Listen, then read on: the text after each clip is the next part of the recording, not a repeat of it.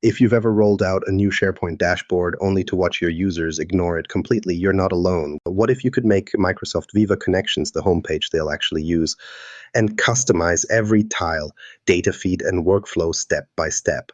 Let's break down how to extend Viva Connections with SPFX web parts and adaptive card extensions, and what it really takes to get end user adoption. Why most Viva Connections dashboards fall flat. If you've ever sunk hours into building a SharePoint homepage only to watch your users ignore it and go straight back to Outlook or Teams, you'll know exactly how underwhelming dashboard adoption can be.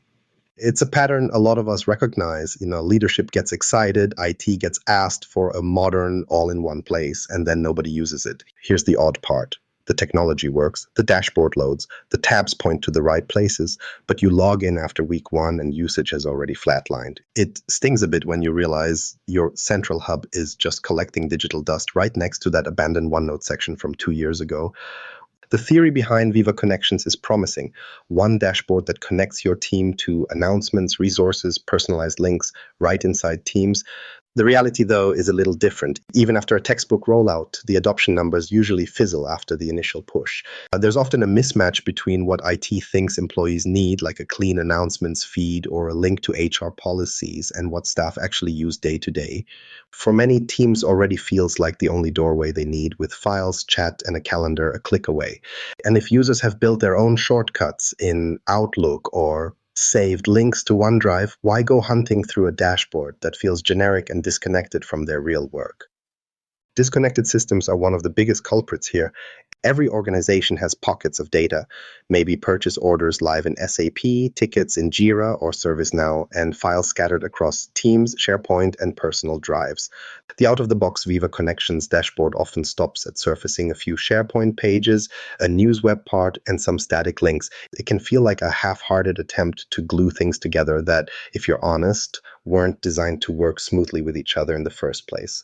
Generic layouts don't help either. Those default square tiles give you a polished start, but if they all link out to things your users either never visit or already have a faster way to access, engagement drops fast. It's like adding a fancy new button to the coffee machine that nobody asked for. And then there's personalization, or the lack of it. Imagine logging into a dashboard and seeing the same weather widget, whether you're working in finance, HR, or IT support. If solutions aren't tailored, they become invisible. After a while, employees scroll past the dashboard because they already know there's nothing new or, more importantly, useful for them as individuals. One regional sales team I worked with went live with a Viva dashboard featuring links, company news, and an embedded Yammer conversation. Within a month, traffic dropped to almost zero. In their post-mortem, they found the links were all reused from a previous SharePoint site, the news was months old, and the Yammer thread hadn't been updated since launch. Worse, nobody had set up audience targeting, so sales folks in Europe saw the same content as the back office staff in Asia. That one-size-fits-no-one approach made the dashboard feel irrelevant from the start. Research backs this up. According to several digital workplace studies, the top reasons employees avoid new platforms aren't visual design or a lack of training. It's because the content isn't personally meaningful and the apps they actually need are missing.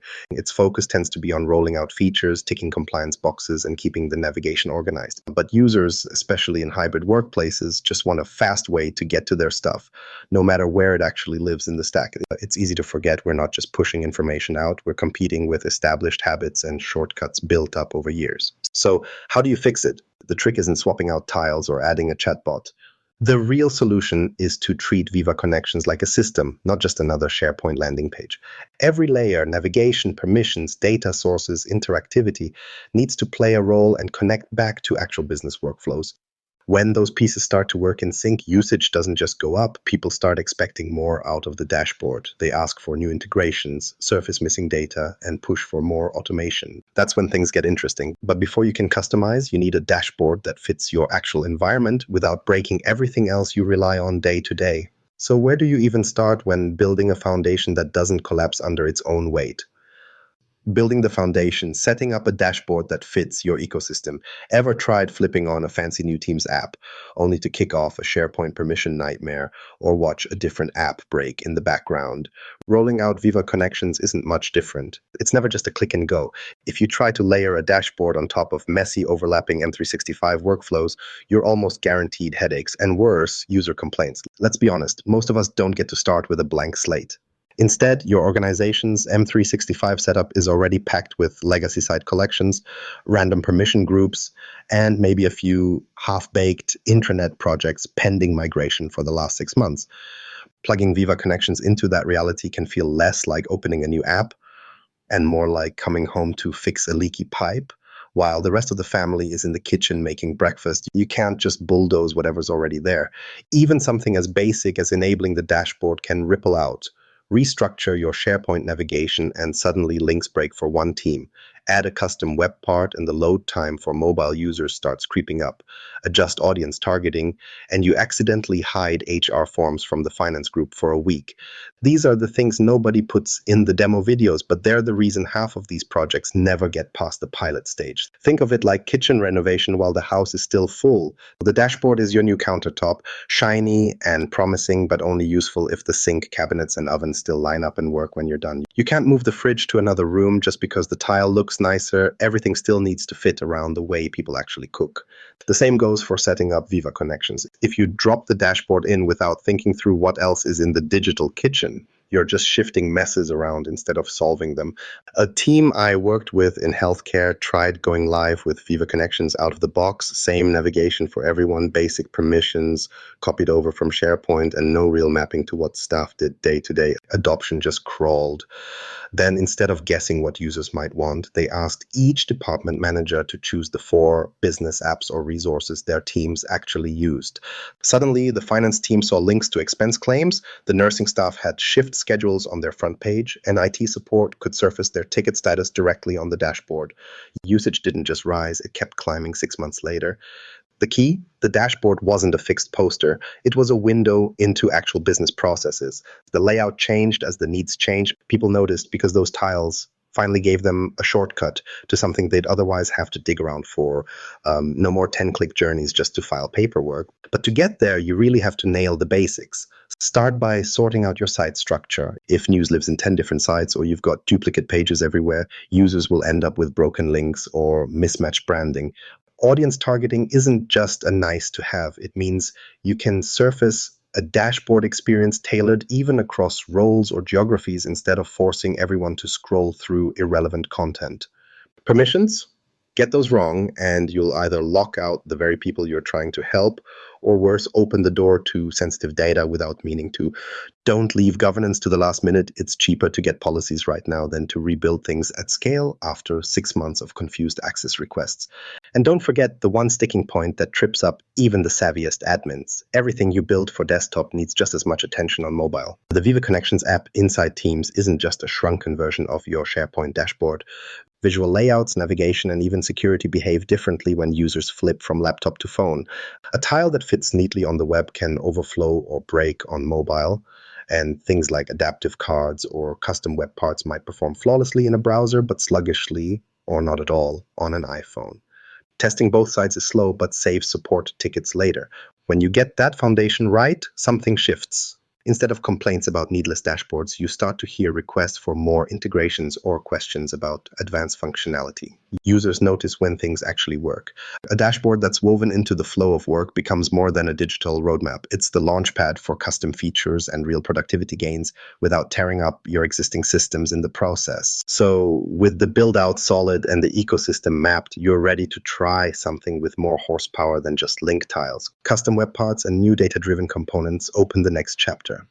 Let's see how deep you can go when you unlock the full power of your dashboard. Unlocking custom power, SPFX web parts for data and interaction. You've seen them, those dashboards with the same row of impersonal tiles, company news, a static policy link, maybe a weather widget nobody ever checks. It's a familiar sight, and it's a big reason users glaze over when they open Viva Connections. But you don't have to settle for generics. With the SharePoint framework, SPFX for short, you can actually surface the real data your team relies on every day, build interactive forms right into the dashboard, and visualize information in a way that gets people's attention. That's where things start to feel less like a static homepage and more like an actual productivity tool. SPFX is Microsoft's development model for building custom web parts, which means you can pull in live reports, connect to business systems, or spin up forms users can complete directly from their homepage. Out of the box, you get a starter kit of basic tiles, but with SPFX, you unlock the option to make those tiles do real work. Suppose your operations team tracks safety incidents and needs up-to-the-minute numbers. Sure, you could email spreadsheets around, but why not surface an incident tracker right inside Viva? That's exactly what one facilities team did. They built an SPFX web part that pulled incident data from an underlying list, gave colored indicators for escalations, and let managers submit new reports in the same workflow. The dashboard stopped being an ignored notice board. It became the first tool employees checked every morning. Of course, getting started with SPFX isn't as simple as hitting install. You need to spin up the right development environment, Node, JS at the right version, Yeoman generator, and the SharePoint workbench for local testing. There's a particular kind of pain that comes from missing a version dependency after you thought everything was ready, but it does force you to keep things up to date. Once the environment is sorted, scaffolding your web part is straightforward if you're used to React or similar frameworks, but hiccups are common your first time out. Maybe your authentication fails, or course blocks a third-party API you want to call. Packaging and deploying is another spot where snags pop up, especially if you're moving from test to production and run into governance or permissions mismatches. It sounds nitpicky, but these roadblocks add up. If you skip over them, your sleek new tile might never leave the dev tenant. Building for Viva Connections also means thinking about more than just the web browser. The team's mobile client handles things differently. A grid layout with 5 tiles that looks clean on a laptop might jam up on a phone, forcing users to scroll endlessly, or worse, lose functionality completely. Consider how forms present or how much data you ask to load up front. What's snappy on desktop can lag on mobile, especially over flaky Wi-Fi. The facilities team that rolled out their incident tracker learned just how much it matters. Everything clicked in the desktop demo, but the mobile version rendered half the text off screen and slowed to a crawl anytime someone uploaded an image. That kind of small stuff is the difference between a hero tile and another support ticket. Then there's security. SPFX gives you the tools to call Microsoft Graph, talk to internal APIs, or hook into external data, provided you mind your permissions, roll out a web part that surfaces sensitive data, and suddenly the wrong audience could see information they're not cleared for. On top of that, deploying custom web parts means keeping an eye on performance. Every extra API call or heavy visual can drag your dashboard's load times, which is exactly the kind of thing that makes users sidestep the dashboard altogether. A finance team I worked with once deployed an SPFX chart plugged into a legacy reporting system. It pulled so much data so fast that every user noticed lag, and IT quickly yanked it back for a revamp. If you want the dashboard to stay relevant, don't drop in every possible feature. Focus the custom web parts on workflows and data people need almost every day. Think ticket status, approval requests, or KPI summaries. The visual impact can be dramatic. A before and after look at a retail group's dashboard showed a transformation from 9 bland links to 3 interactive charts, a supply order form, and live queue status for stores. Adoption tracked almost perfectly with the change.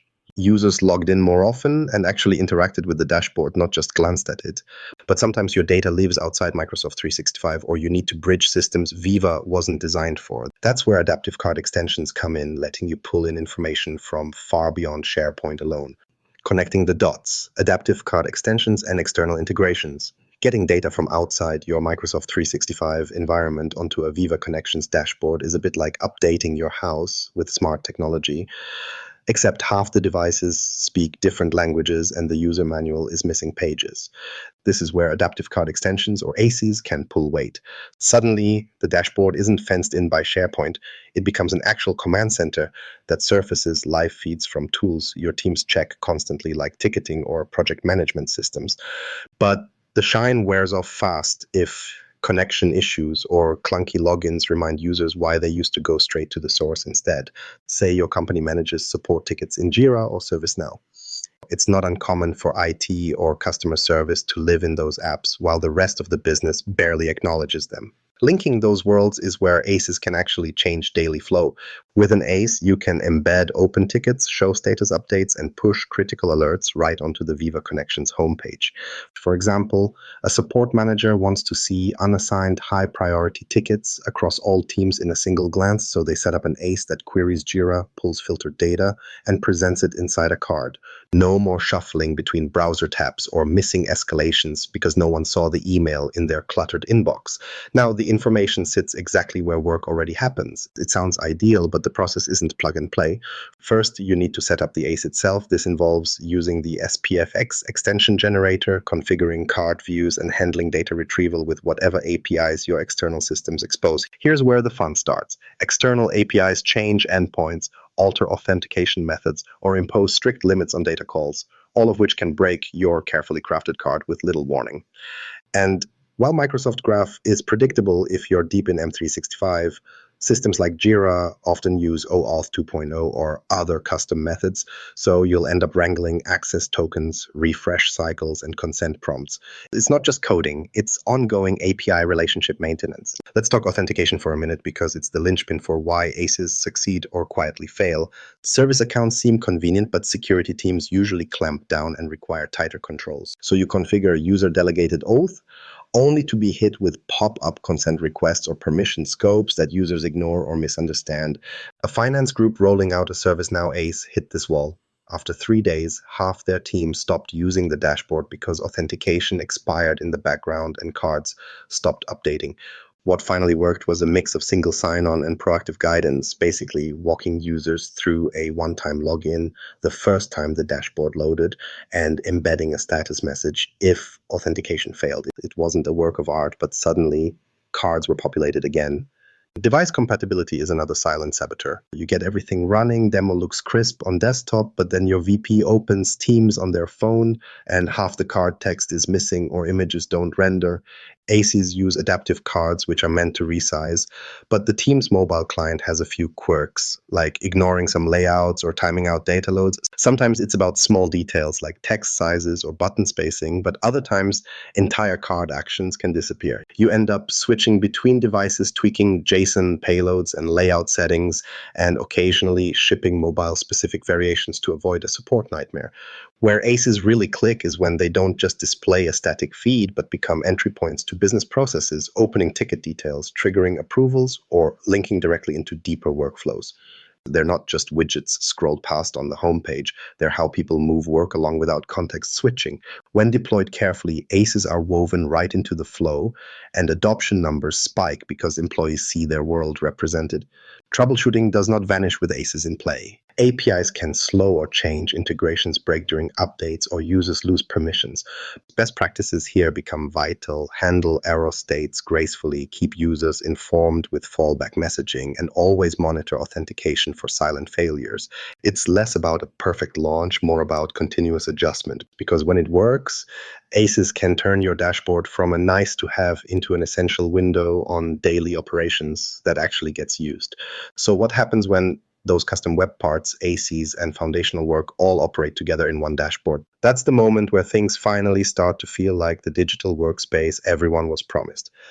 If you stop treating Viva Connections as just another SharePoint landing page and instead treat it as something living that adapts, the whole idea of a digital workspace starts to make sense. Dashboards land differently when every component links back to real workflows and daily pain points. So here's a challenge. What's the one custom tile or integration your users keep asking for, but you've never tried building? Even one thoughtful addition can shift adoption. If you want more ideas grounded in actual Microsoft 365 rollouts, be sure to hit subscribe. There's always another puzzle just around the corner.